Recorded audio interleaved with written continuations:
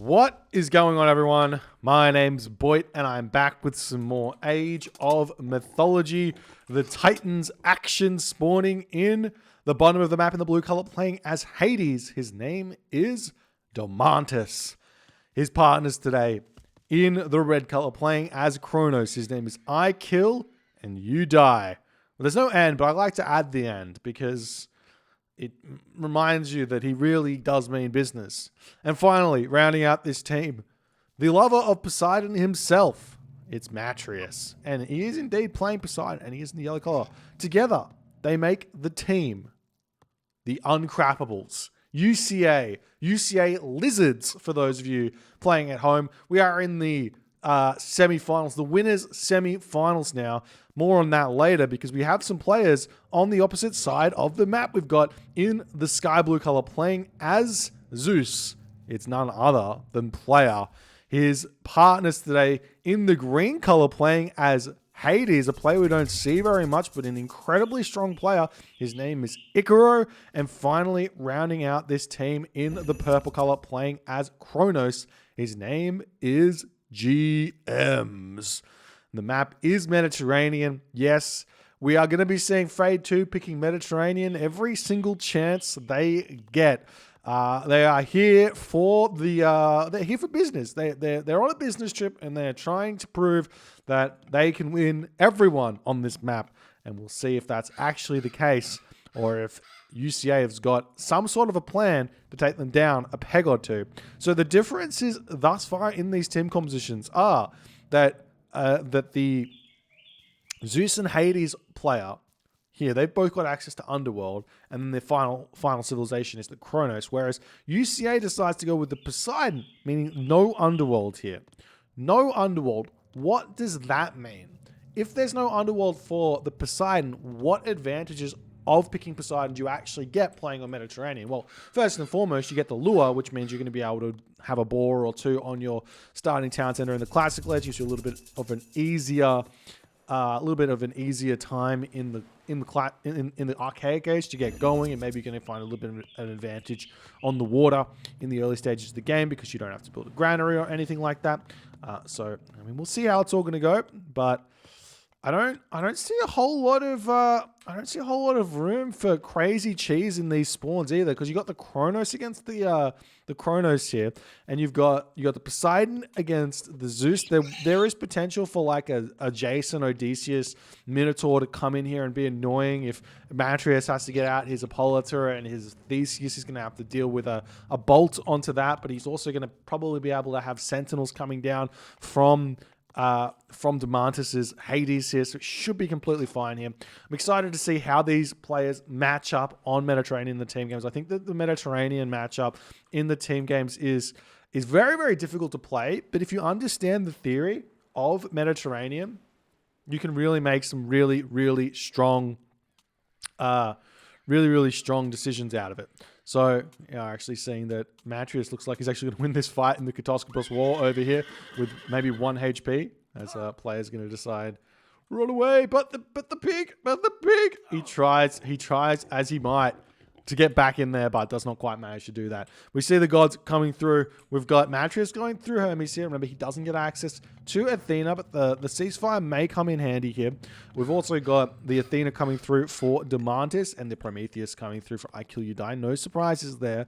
On the other side of the map, we have GMs going through Prometheus. Again, no surprises. And we're going to be having both of the other Greek gods going through Athena. Play going a little bit later here. I'm not sure why he's so late to the classical age. Maybe a little bit of nerves, maybe just a little bit of an unfortunate early game.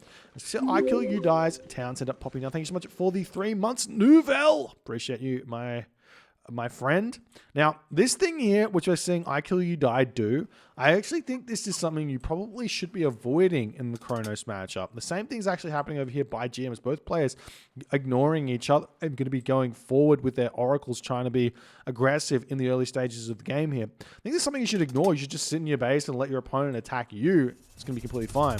But We see GM's cast his Valor going to be looking to draw first blood as everyone's getting to that second age, starting to build their triremes. As we can see now, I Kill You Die. Citizen's going to be under attack. I imagine immediately Sentinels will be cast on this. He can't afford to not be gathering gold on this location. As GM's, he's getting attacked over here. We see that I Kill You Die, a little bit of a missed micro there as his oracles don't really get all too much done. They're going to be searching around the map here looking for something to do as these villagers coming back over here. I'm surprised we still haven't seen that Sentinels getting dropped onto this location as the villagers are going to be moving off to another location here. They're already completely distracted as GM's a Citizen moving back, and GM's is going to be in such a huge advantage here. And look at this, Icaro and GM's on the same page going forward here, going straight after the Chronos, who's getting doubled on, well, getting attacked on land.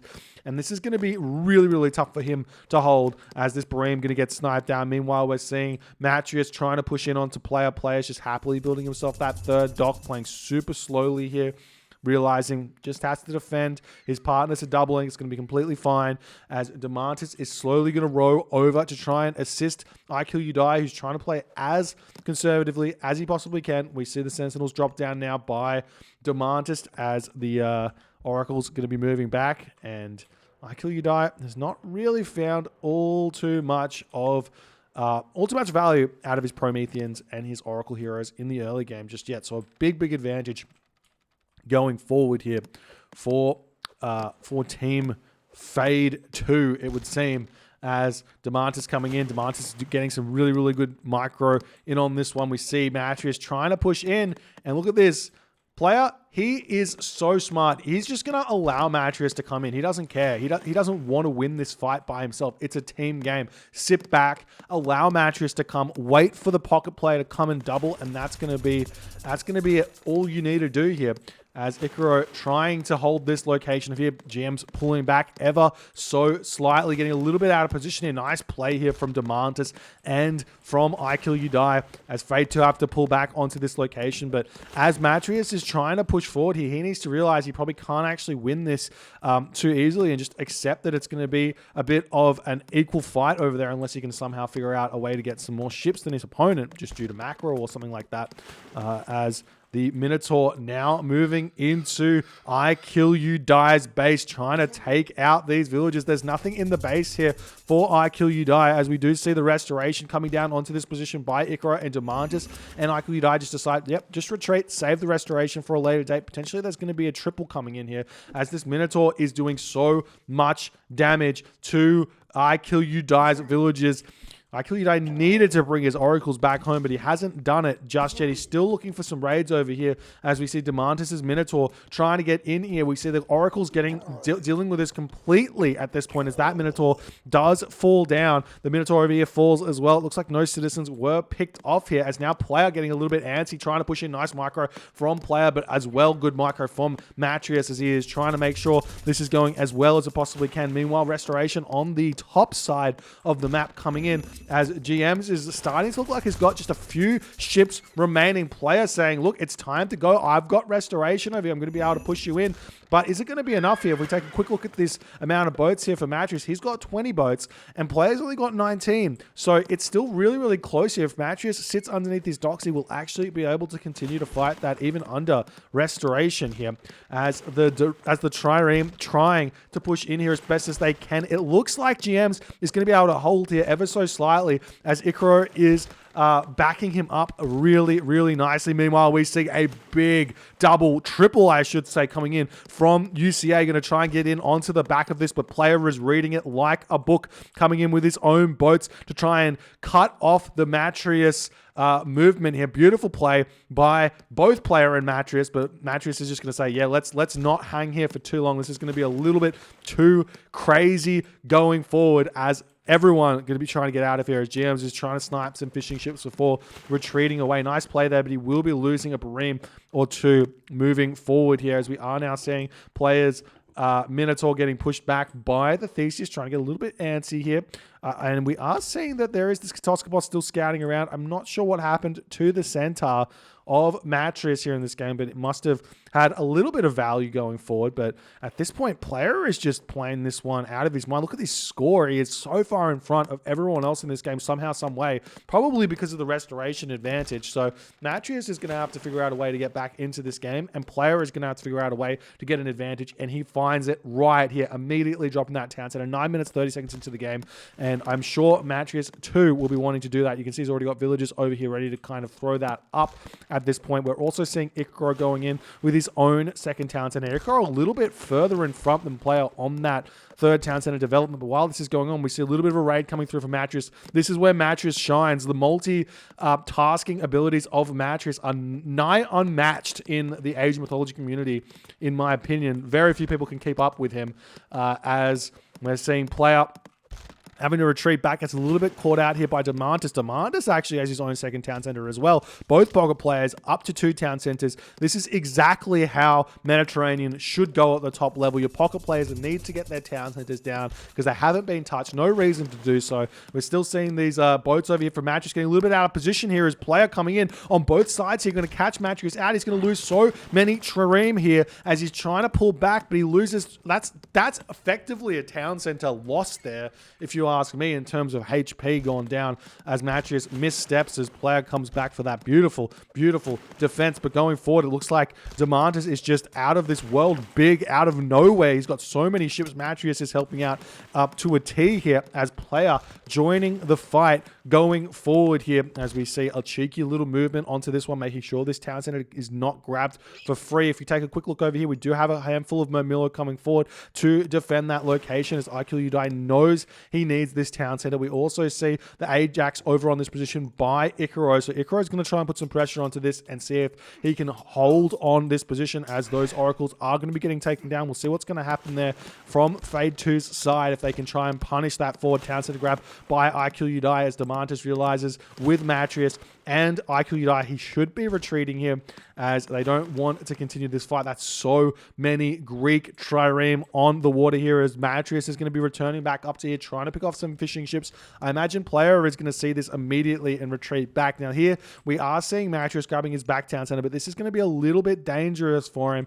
as the front town center is going to become a weakness as player is already on his third town center just about. So player is going to be shooting way in front of Matrius and maybe going to be able to deny Matrius town center here. It might be worth a ceasefire in all honesty here from Matrius to grab this location, which is not going to be the best. We have beautiful micro there by Matrius going straight after those Toxotes instead of after the Odysseus. Beautiful play there as the trireme over here going to be engaging against the player trireme. If Matrius can win this one, he might be able to find himself a bit of a rebound from the position he's in thus far. Meanwhile, we see the Ajax over here will get taken down and Aikil Udai has solidified his position in this map. He's going to be fine. He's actually got a good eye on top of GM's second town center, or third town center, I should say, as GM's has gone for the back town center to be a little bit safer here. We'll see if that's going to work out for him or not going forward, as it looks like James has actually cut boat production for the time being as the fishing ships getting taken down. Aikil Udai going up through Hyperion as Demantis is going up through Apollo incredibly fast here. We'll see if there's going to be some sort of underworld play given to a partner who's stuck in the classical age. I've always been a fan of this idea of like the pocket player going for the early underworld, the flank player building the army, and then you underworld that army into your opponent's base somewhere and get max damage done super fast. But oftentimes we don't see that in favor of the late game kind of attack that is possible from the like Hades player, basically, like Colossus and Heliopla and all the other good stuff. As player will be catching Demantis out here. Demantis needs to pay attention. He's taking a lot of damage. He only loses one ship there, so he should be fine to just focus fire. You do not need to pull back micro in these situations. You can see that player knows this all too well. The ships do too much damage at this point for you to get any significant pullback. As soon as your opponent just refocuses, the next ship will fall very quickly. But while this is going on, we are seeing Matrius trying to be a little bit aggressive over onto this this position, taking out a couple of villages here. We see arrow ship cladding actually coming through for I Kill You Die as he wants to clean up these ships as best as he can. That is such a huge upgrade to give yourself an advantage on the water, as Icaro playing defensive with his boats, as player is getting caught out. A little bit of miscommunication there on the water as players trying to keep his boats alive, but he is going after the fishing ships of Demantis. Demantis loses one, but he will be garrisoning the rest of them. No problems there, as Matrius is still trying to find his way into his opponent's base. We do see player has got a handful of Hippocon over here with the Toxotes. An incredibly close game moving into the mid game going on here, as it seems like the water fight is going to slowly start dying down. GMs has got a relatively secured position over here. GMs and I Kill You Die. Looks like I Kill You Die a little bit in front of GMs, but whether that is all on the water or not does remain to be seen, as it could be a bit of an advantage coming forward, as we see Demantis somehow, some way getting to the Mythic Age so ridiculously fast here, ladies and gentlemen. He's already clicked up. If we take a look over here, Icaro is still only in the Classical Age. Players only in the Classical Age, and it looks to me that that GMs is also only in the Classical Age at this point. So this is very, very scary for F2, because an earthquake onto this location could, simply put, be game over for F2 if Demantis plays it correctly with the Underworld. You can look at this. He's getting it all going. He's getting himself the fortress. He wants to do a little bit of Blitzkrieg shenanigans. I can't wait to see those Heliopoli popping out here. Literally perfect play from a pocket Greek here from Demantis. Absolutely in love with his play in this game thus far, as the Toxotes here trying to get in onto player's position. Player doesn't have the upgraded Toxotes. We are seeing Matrius trying to retreat just a little bit, even though I think he's got the army advantage here. Probably waiting on maybe like an Aphrodite or something, as he does manage to click that one up, turning around onto the fight. Going to snipe a Toxotes here, as the Helios is actually coming through for I Kill You Die as well. This is going to be absolutely huge for I Kill. He hasn't produced all too many units, but he's got so many boats here cleaning everything up on the water, allowing GMs to get this town center. But the tech advantage is so absurdly big right now for UCA, as Matrius here, he doesn't even need to beat player at this point. Player is big, but all Matrius needs to do is just keep player preoccupied so that he can't use his Underworld here, and he's doing this to a T thus far, as we see the Underworld dropping in onto this position, the citizens falling here for GMs. The Earthquake is available, does get thrown down onto this position. The Heroic Age gets denied there at 56%. Beautiful play by Demantis. Great awareness that he got after the hometown center, as we see a fortress getting dropped in here, and the Blitzkrieg is starting. We've got the Heliopoli here. It's a little known fact, but if you're going after a building and you have archers here, it's best to garrison the archers into the Heliopoli to get that bonus damage out, and that'll allow even more damage to come through on the Heliopolis. Little known fact, because you get bonus crush and pierce when you garrison Toxotes in, but more units going to be coming through. This is incredibly scary at this point, as we do see a cheeky curse onto this position, as Matrius is trying to raid player into the game, out of the game. I should say, as player, is he clicking up to the Mythic Age yet? I don't see a Mythic Age just yet from player. He's got his market up. We see Artemis coming through for Icaro. Icaro is so absurdly far behind, but an Earthquake on this position will set Demantis behind in this game. But I don't think it matters, because while this is going on, look at this. We see Halo of the Sun. We've got ourselves the big units coming through for Arcus. He probably doesn't need Arcus here, just pure infantry with a big vortex here onto player, just to finish him off. Allow Demantis to clean GMs here. Icaro is playing this one way too slow. His units are completely out of position. Not only that, he's making these archers, which are just going to do nothing against the threat that is the Heliopoli. We do see a bit of a chaos here, going to be hitting the Manticore, as the unit's going to be retreating away from this position. I don't see any real try here from F2 to attack anywhere. I mean, there is still the Underworld options here for both Icaro and for player, so there is going to be something that can be done. But at this point, it's looking like Demantis is getting a little bit left to dry here, as I Kill You Die is probably in need of just deleting these Bareems, as we see the Earthquake dropping in onto this position. The Underworld expires, or gets deleted, I should say. The military barracks goes down. Everything is down here for Demantis, but guess what? Ceasefire is available for UCA as the town center gets grabbed, but Demantis, he's not going to ask for it unless he absolutely needs it. As we see the palace coming up over here, Hephaestus coming through now, 4-player, as he is going to start getting bigger and bigger in this game. The villagers under attack here. There are only 11 villagers. If Icaro can snipe every single one of them, that does shut down this big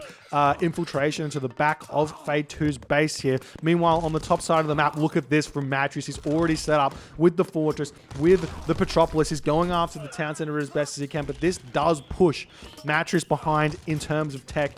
Player should be able to push through at some point, but I think that Matris knows here that his job in this game is not to win. His job is to make players' life a living nightmare here going forward, as the town center just about to go up here, as this destroyer is slowly but surely trying to keep it down. There's another destroyer coming through. We are starting to see the military academies coming through now for Demantis, as he's going to continue. Meanwhile, we see the town center on this location here getting taken out by I Kill, You Die, and in that moment, player decides to tap out. Fade 2's home map winning streak ends at the foot of UCA, as UCA say, look guys, we got you figured out. They go in with an incredibly crisp strategy here.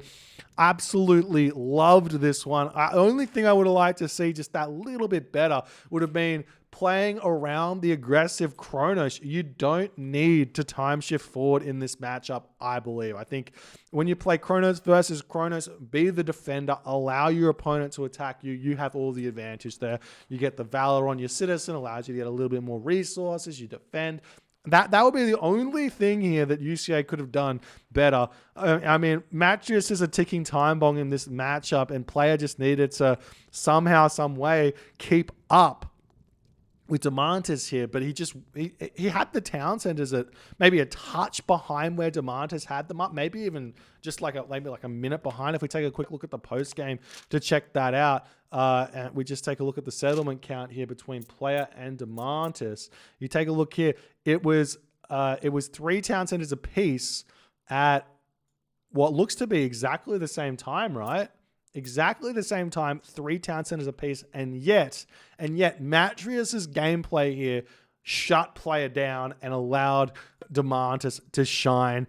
Icaro's got to be thinking about how he can make his presence be felt a little bit better on this type of map, but an incredibly well played game here from UCA. Fantastic start to the series. If you guys enjoyed this game, please consider hitting the follow on the Twitch. If you're on the YouTube, hit that subscribe button, and I'll see you guys in the next game.